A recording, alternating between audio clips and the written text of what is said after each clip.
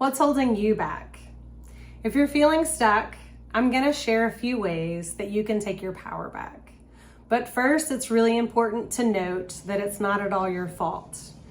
We live in a modern society where we're surrounded by stress, by the hustle and the bustle. We're supposed to always be in a hurry, always be busy. And we're often rewarded for these behaviors. Yet our body thinks the exact opposite. But first, let's talk a little bit about inaction and why sometimes we freeze. Fear is the number one reason. This aided early humans in having a freeze response because sometimes they needed that for survival to save their life. But sometimes we get stuck in a perpetual moment of freeze, and then it's hard to get out of it. So that feels like being stuck often. I know I've spent countless times in my life being sucked in by the couch, as I say, sending myself aid with comfort food that's often not super healthy for my body, but it's what my brain wants in the moment, to feel safe, to feel comforted, to feel loved. So when we're experiencing these moments of fear and inaction, sometimes taking action is even scarier, right? Because taking a risk, if we're already not feeling safe, isn't the best thing to do. It makes us even more afraid, puts us back in those traumatic responses, fight, flight, freeze, fawn, etc. And then we continue to stay in freeze, right? We continue to say, oh, no, I'll do it tomorrow, right? That's been the story of my life, and getting my PhD and doing research was, I'll do it tomorrow, I'll do it tomorrow, I'll do it tomorrow. Well, my friends, the best thing that we can do for ourselves is to take action today. Even if that's something really small. It doesn't have to be the book. It doesn't have to be, the job, the relationship, the house, the location. It doesn't have to be a big decision. We can take small steps that help us move in the right direction. Sometimes we get stuck in the monotonous routine of life because it feels safe, right? Sometimes we wake up at the same time, we do the same activities once we wake up. Maybe we take a shower, we dread going to work, we're already checking email, stressed about the day, looking at our phones, perhaps get it sucked into social media for some time, shower, sometimes leave late for work, sit in traffic, frustrated in traffic, so our heart rate rises, get to work, then we immediately have problems to solve, right? So the stress continues. Then we stay seated at work all day, right? In this sedentary lifestyle that we have now, which also creates further stress in the body because we don't have very much movement anymore when compared to early humans. Early humans were very active, right? We had to look for our food. We were hunting and gathering. Most humans didn't know what they were going to eat when they first woke up, right? So currently, anthropologists are estimating that Homo sapiens, modern humans, have been around for 300,000 years. And for 290,000 of those years, we lived in nomadic tribes. So we were constantly on the go, constantly moving, constantly in action. We were creating. We were building things. We were weaving baskets. We were making clothing, right? We were finding food. We were paying attention to our instincts, and we worked together collectively in tribes. Today, due to modern times, we're often isolated from each other, right? A lot of relationships we may have might end up being toxic, right? Because people are trying to cover up their insecurities, right? Or cover up, their real emotions, because we've also been taught that we're not supposed to show emotions in modern times. So it's hard to read other people. So with this, isolation often brings forward even more insecurity. So of course we want to stay stuck on the couch. Of course we're afraid to try something new. Of course we don't want to risk anything. We're already living in fear every day. So we don't have the courage to take steps, to move forward, to do something different. And it all goes back to this inaction, right? This fear of taking action. Perhaps it's perfectionism. What if I don't do it perfect? What if this video, it doesn't come out perfect?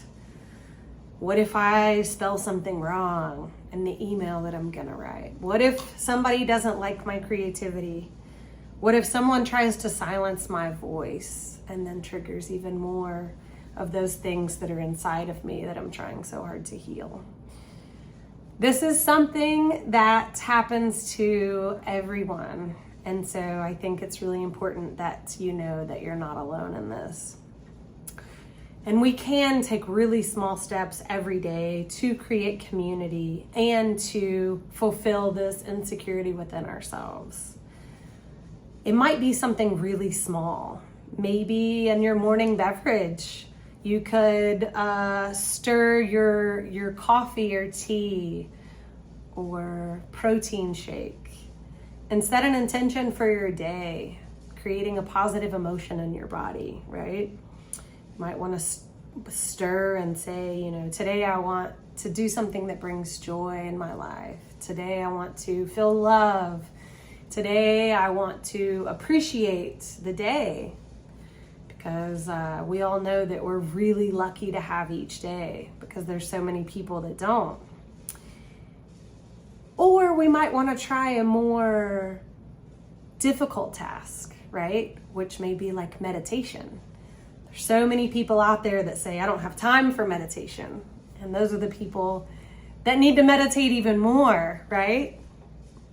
I start my day with a 20-minute meditation every morning.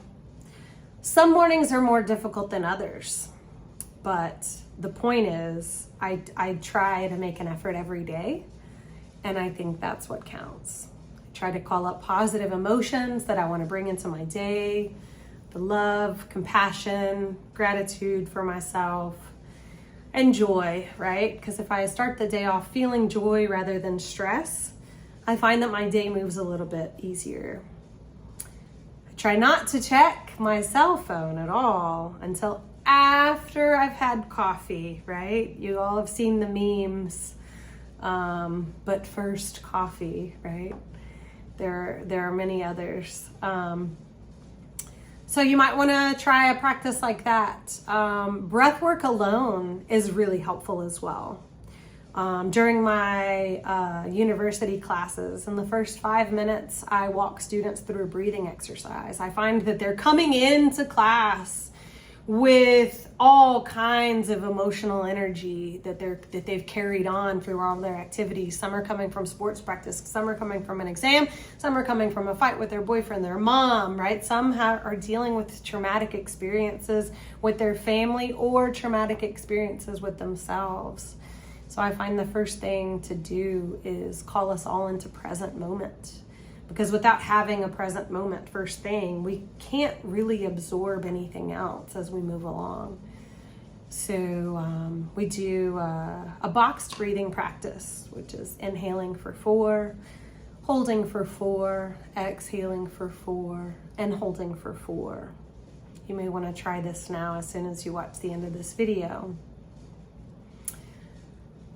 One more thing that I think would be really helpful is to journal.